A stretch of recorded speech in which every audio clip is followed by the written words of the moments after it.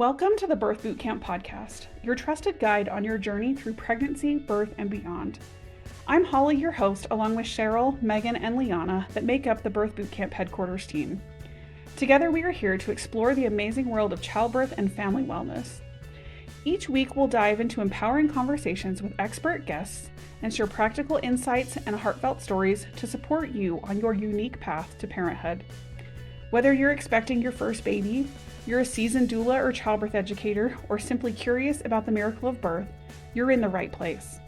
Together, we'll celebrate the beauty of birth, honor the strength of motherhood, and embrace the joy of new beginnings. So sit back, relax, and join us on the Birth Bootcamp podcast, where every birth is amazing, every family is supported, and every story matters. Hello, everyone, and welcome to today's episode of the Birth Bootcamp podcast. I'm Holly Hopley, the CEO. I'm Cheryl Ameling, a certification coordinator. And I'm Liana Wolf, the administrator. And today's episode, we are going to talk just in general about things that we wish we would have known or done when we were pregnant with our first. So I had my first, he'll be 15 this year. So I guess we'll just kind of round robin it and we can kind of talk about all the things.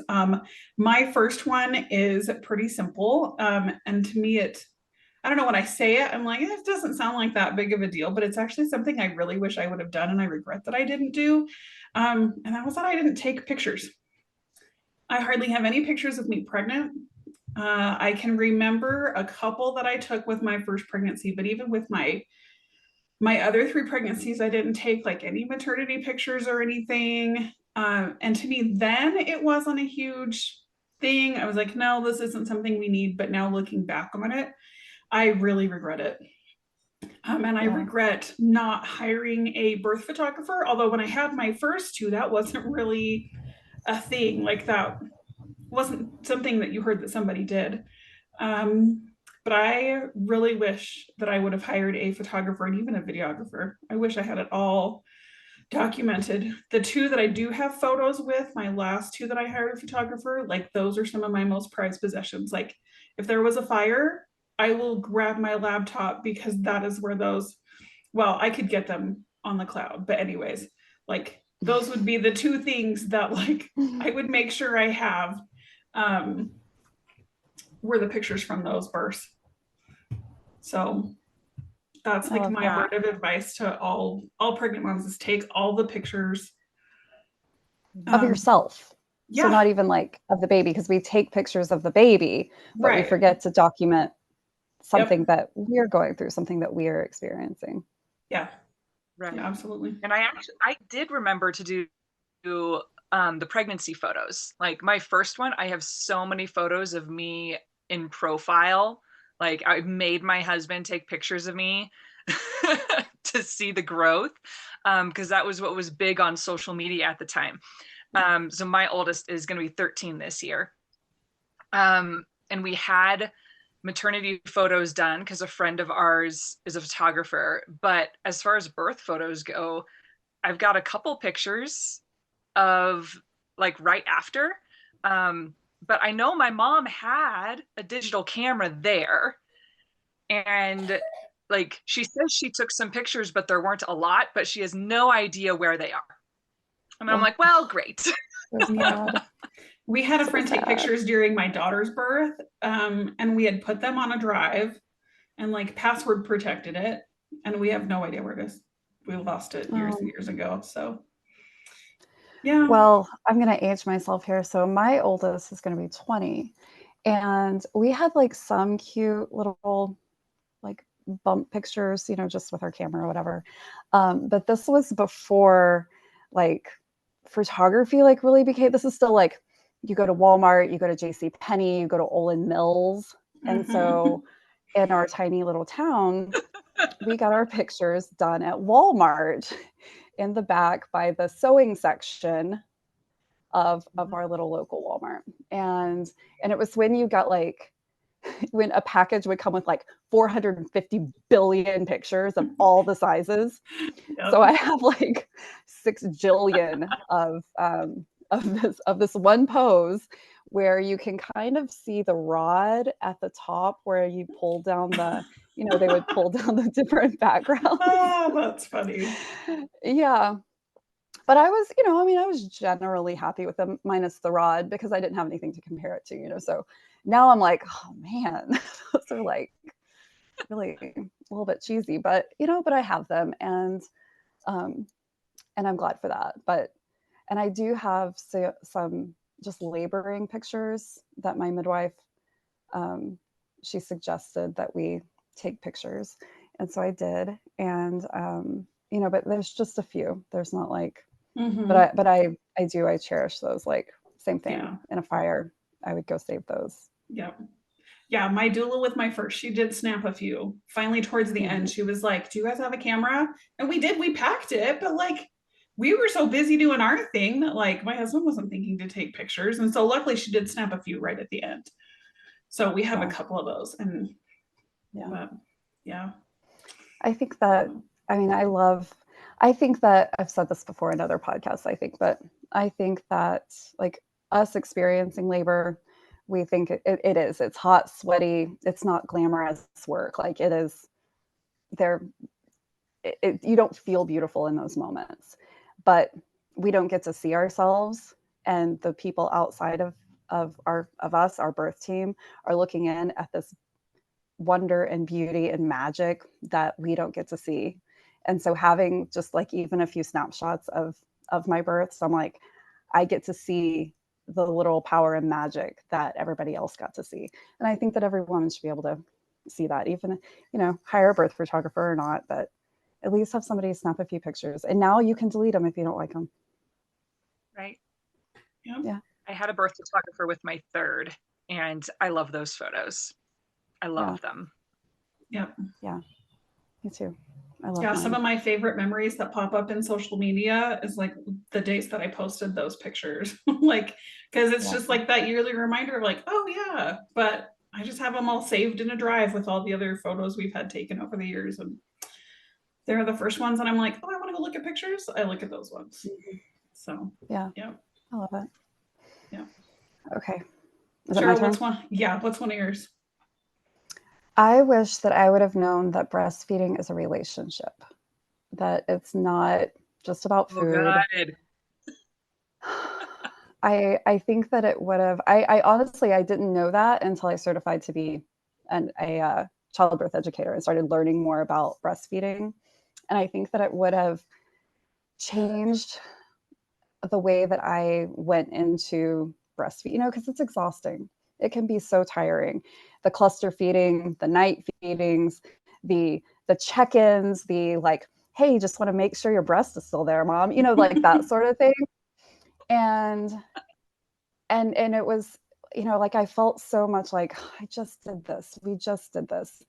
And when I realized that it's a relationship, that it is a check-in, that it's an I love you, it's a I don't feel good, it's a let's be close, it's a let's snuggle, it's so much more than food, then I think not that it would have made me less like, oh my gosh, we just did this, but at least I would have known like there was an intimacy there, that and it wasn't just it wasn't like a transaction as much as an just interaction.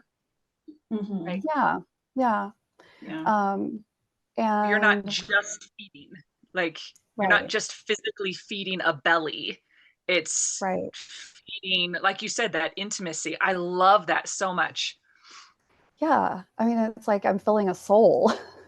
Yeah. And I think it just would have given me a little more empathy to why they kept coming back to me. And I think it would have changed how I viewed it. So I think that's one of my biggest, I wish I would have known, because I think it just would have changed how I felt about things. Yeah, breastfeeding is something that was on my list of like, I just wish I would have known just more about it in general. Like, I remember, where did I don't know. I think it probably was like WIC or something. And they had like an hour-long video that you watched about breastfeeding, but like, it was not super helpful. and it's just like, that's one thing that I really wish I would have done some more studying and learning about, and like normal newborn behavior, of like Yeah. the cluster feedings, they are totally normal. And the growth spurts, and yeah, that they want that skin to skin time. I think when we understand like what is normal and how it all works and stuff like that, just takes so much of the, all the words that we hear from our friends and family or social media of like, put your baby on a schedule, or they should be sleeping through the night, like all those types of things, like can really help kind of get rid of all of that when you're like, no, like this is normal for a baby. But yeah, so that was one thing on my list, was just in general learning more about breastfeeding, because I took the birth class, I did all the things. I hired the doula, like I was prepared for the birth, but I was not prepared for breastfeeding and postpartum, not at all. Yeah, which lasts way longer than the birth. Right. It does. Yep. Yeah. So, yeah. What about you, Liana? What's something you wish you would have known? I wish I would have known what a doula really was. I had one friend at the time who had hired a doula, and they weren't actually pleased with their doula. And so I was kind of like, well, what's the point? Like, why did you even have, like, I'm just like, why? Like, what did she do? And so I never really learned what a doula was. And I was like, oh, my husband's going to be my doula. It's not a big deal. My mom's going to be there. Not a big deal. Though, to be clear, I have a very good relationship with my mom. And I knew she would be physically supportive. I knew she wasn't just going to be sitting there reading a book. And the birth class that I took, we were with 4 other couples, and the instructor had asked, are any of you hiring a doula? And we all kind of looked around at each other and were like, no. And she was like, okay, let's move on then. Oh. And I was, all right. I still didn't know what a doula was, but I figured it wasn't that important because she didn't seem to think it was important. Wow. And so I wish I would have known what that actually was. That's so interesting. Even if I wouldn't have hired one for my first, I wish I would have known. That feels like her. Yeah, that feels like her cue to have been like, okay, well, let me tell you what that is. At what point does somebody not know something in a class and you move on? Does anybody know what a vaginal exam is? No? Okay, move on. Right. Well, and that's the thing. She didn't ask if everybody knew. Like, she didn't say, does everybody know what a doula is? She said, is anybody planning to hire it? Okay. How can you hire one if you don't know what one is? We all said no, and she didn't follow up with, well, do you guys know what a doula is? She was just like, okay, we'll skip that part then. Okay. All right. Well, and that whole, you don't know what you don't know. So we all just rolled with it and nobody asked. Yeah, I mean, I guess that's not that important. Interesting. Yeah. And here I am, a birth doula. Right. Right. Yeah. I didn't learn about one until I was in my birth class with my first. Like, no idea. The midwife was just like, go take a class. And we were like, yeah, we figured we needed to take a class, but we didn't know what a doula was. But luckily, our instructor was a doula. So, of course, she taught us. And by the end of the class, I was like, we'll hire you.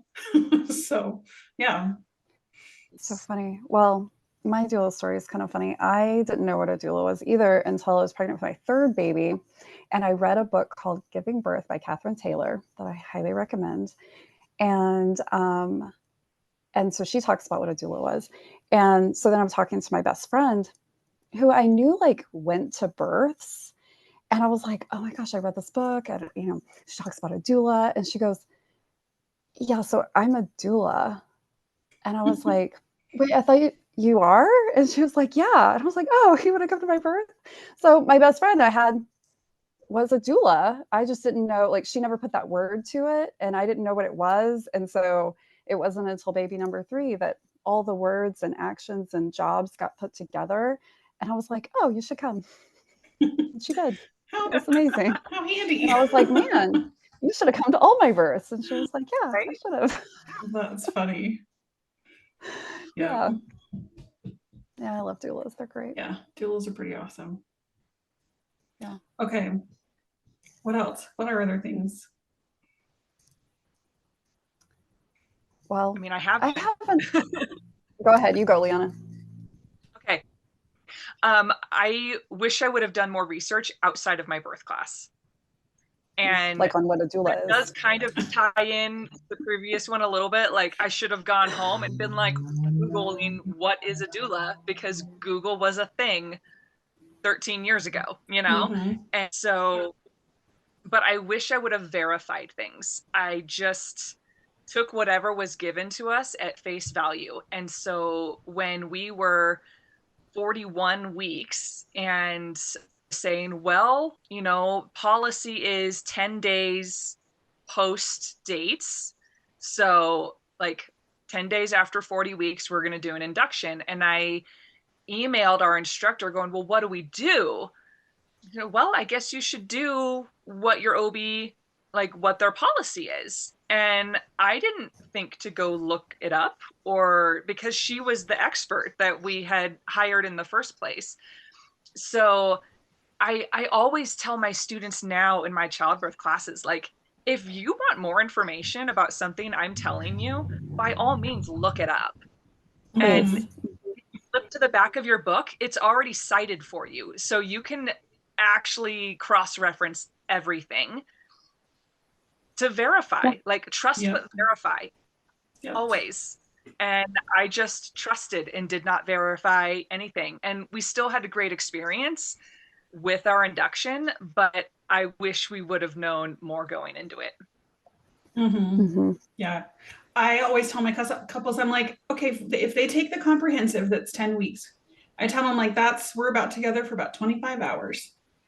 And I'm like, you have 10 weeks. And I'm like, you will get so much more out of this 25 hours if you go home and you're doing some extra reading and research on your own and you're practicing all of the things that we go over in class and questioning things. Like, I love it when they bring questions, like Oh, me they're too. like, we talked about this last week. Can you tell me more about, whatever it is?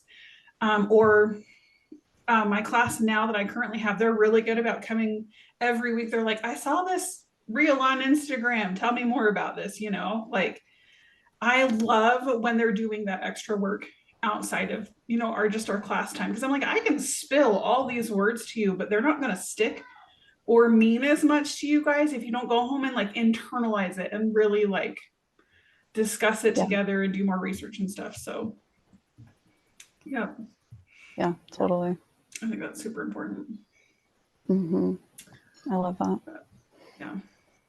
Okay. Well, mine isn't like specifically like birth or baby related. It's more just like raising children related. So I did not know, and I was like caught off guard by the fact, like I knew that babies and toddlers are very physically demanding. Obviously, you're night feeding and making snacks all the time and potty training and keeping them alive and all those sorts of things. And then as they move into teenagers, they become less physically demanding and more emotionally demanding. And that really caught me off guard. Just the feelings and the experiences that they're going through now, and changes in their body and their hormones and all of that, while also like evolving as a human yourself. And so like there's a lot that happens, and that I like was like I still kind of I'm in the middle of all of it, and kind of like, wow, this is a lot. Like it was almost easier to change diapers and night feed than it is to like have all these teenagers that I'm like, okay, are you doing okay? Are you doing all that? And like, when you start thinking about college, I've got to make sure that you're a human that can go out into the world and, be a good citizen. And, like all these things that like, it feels so easy now just to like, let's just sit and play on the floor. Let's play with blocks. And so it's just, I didn't anticipate how much and how drastically that changes and what it requires of you as a mother. So how you each have like younger teenagers now. So are you like kind of, are you feeling that shift? Oh yeah. I'm in the early phases of it. So my oldest will be Yeah. 13 this year, so we've just hit like that first growth spurt. That's like, oh gosh, you're in adult shoe sizes now. What? Oh my gosh, those are Right. expensive. Yes. Yeah. And Not to what is mention, that not to smell? mention the finances. Right. Yep. I think like my oldest is starting to talk about like he's like, I want to go out and get a job.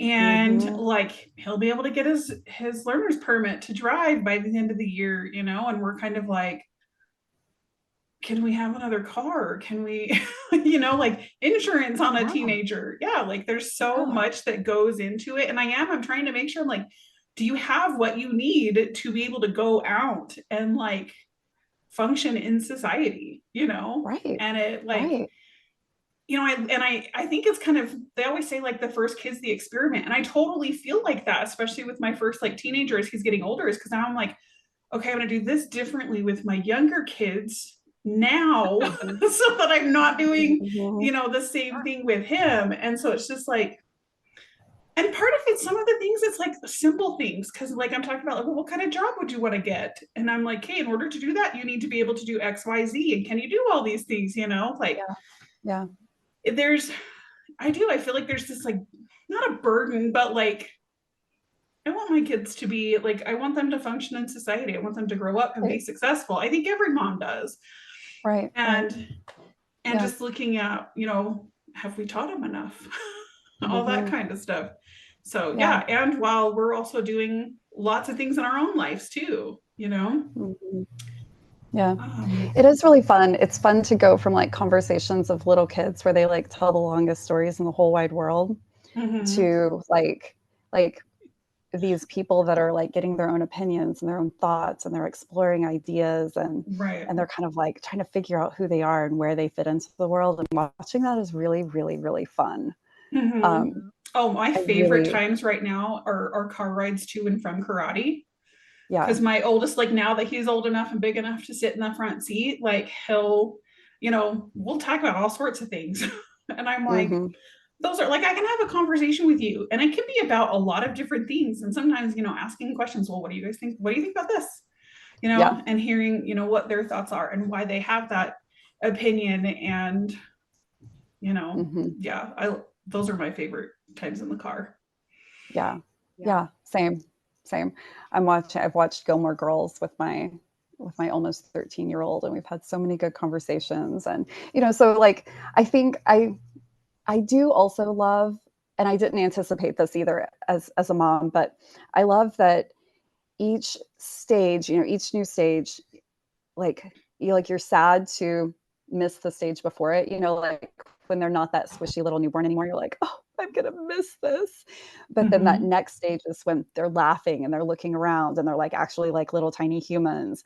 And then, you know, and then they move into toddlers and you're like, oh, I miss my baby. But now they can say, I love you. And they can, you know, get their own cup, and they, you know, like, so each, like, even though we miss the stage before, the current stage and the future stages have new things that kind of like are a little bit of a balm on your mama's soul, you know, to be like, oh, I missed that, but I'm really loving this.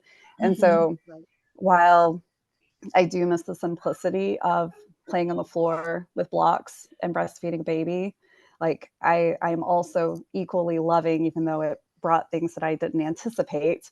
It's, you know, those conversations, those, you know, like talking to like these little budding adults is really, it's really, really fun. I would just wish that we talked about it more as moms. That's talked what I about was like just about to say. Yeah, like how you feel about it, and how they, you know, the changes in you as you're watching them change. And, you know, like, I wish that it was just talked about more. It feels like this like weird secret. Like, surely, I mean, surely we're not the first moms to feel like this. Like, why haven't people, you know, talked about this? So I don't know.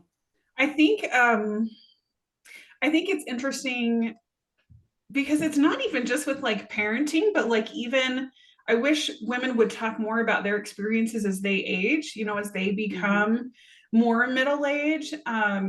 Because even now, like, it's kind of interesting because my daughter, she just had her first period a few months ago, like, and we're in that stage of like puberty and all that kind of stuff. But then I'm also like, my body's changing as I like, you know, as I'm approaching 40. And I'm like, and it's the same thing. I'm like, nobody talks about this stuff. Nobody talks about what you experience as your body's changing as you get older. So it's like all of it. I'm like, I think, you know, I think social media is helping a little bit. You know, I recently ran into a couple of like doctors who like specialize now in like perimenopause and menopause and all that kind of stuff. But it's still like your standard OBGYN doesn't know anything about that. And it's just like, well, suck it up. These are your symptoms. It's almost the same thing about birth. Like, nobody ever talks about it. We don't generally know about that until we're pregnant ourselves because it's these like taboo topics that we don't talk about. So throw some medicine at it. Yeah. Yep. Take some birth control. Like, that's all we got for you. So yeah, I think these are all just things that like I wish like women amongst friends and like the other women that you know and associate with would talk about more. So yeah. I do have a group of friends who our kids are all at the same school, and we've started talking about all of that. And a lot of us, there's a good chunk of us, we all have 8-year-old daughters. And I have started talking, like reading through a girl's puberty book, basically with my 8-year-old, because I'm like, no, it's starting now. Like internally changes are happening for her now. Like she may not get her period for 5 more years, please.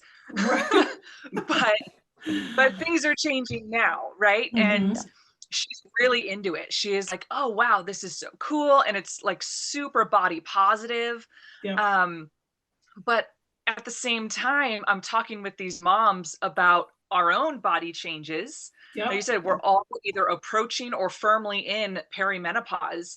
And my midwife from my 2 home births, she does not do births anymore. She teaches 2 classes, and they are privately, like they're group classes, but they're private. Right. So you get a group of people together, and it's a powerful perimenopause group. And it's like a 5-hour workshop or something. You bring your closest 8 friends to go take this class. Gotcha. And then she has fun. Powerful Puberty, which is for roughly 9-year-old girls and their moms to come take together. And I was just like, you better still be teaching these. She started like, doing it like 6 years ago. Autumn was 3, and I was like, Julie, you better still be teaching these because I'm gonna want it. So we're trying to get a group together now to do the perimenopause class, because I'm like, you know, I like my midwife who does all my well care, but she doesn't have time to teach me all about it. She just doesn't. She's got a lot of patience, and she doesn't have time to give me 3 hours of questions. Well, it's the same thing we talk about like with birth classes, you know, like pregnancy and birth. Like it's the same thing. They don't have, like, they should be taking some time to answer your questions, but they don't have the time to like teach you everything you need to know. Right. Yeah, we did the same thing. There's she's actually another doula here in this area that teaches classes like that. And so we went to the one with my daughter, and like we've made it like, we're just like, it's not a big deal. Like, this is just how your body functions. It's a normal, like, and because we talk that way in our family about everything, like when she started, she was like, oh mom, by the way, I started. And I was like, okay, like it was kind of super anticlimactic. Like no big deal. But yeah, same. It's just, I think it makes me wonder what would happen to like our postpartum anxiety rates, and just things if more moms were talking, and we did kind of surround ourselves with some type of village where we could like talk about how, like, yes, how amazing being a mother is, but also how hard it is. And we're in a society where a lot of us are like, we're separated from like our family. Like, I don't really talk to my sisters about any of that. like sadly, you know, like, Mhm. so it's like you've got to build your group, you know, to talk about all of these things. So, Yeah. yeah. I just think it might be a little bit easier if we all talked about it and knew what was normal. So, Yeah, Yeah. absolutely. It's true of just about. Everything. all the things, Yeah. talk about all of it. So, Yeah. all right. Well, we kind of went from like pregnancy and birth all the way to menopause and everything in between. So there you go. Love it. Awesome. All right. Thanks for listening, everybody. If you have something that you wish you would have known, or you're grateful that you learned, you know, things like that, we would love to hear from you. So feel free to leave a comment, leave a review, and yeah, we'll talk to you guys next week. Thank you for tuning in to this episode of the Birth Bootcamp podcast. We're so grateful to have you as a part of our community. If you enjoyed today's episode and found it valuable, we'd love to hear from you. Please take a moment to leave us a review on your favorite podcast platform. Your feedback helps us improve and reach more families on their journey through pregnancy and birth. As a token of our appreciation, we're excited to offer you our exclusive birth plan blueprint. Inside, you'll find expert guidance and a template to help you create a birth plan that reflects your preferences and desires for your birthing experience. Simply click the link below in the episode description to have your blueprint sent right to your inbox. Remember, your birth plan is a powerful tool for communication and advocacy during labor and delivery. Don't miss this opportunity to take control of your birthing experience and advocate for the birth you envision. Thank you again for listening. Be sure to subscribe, and we look forward to sharing more amazing insights and stories with you in our next episode.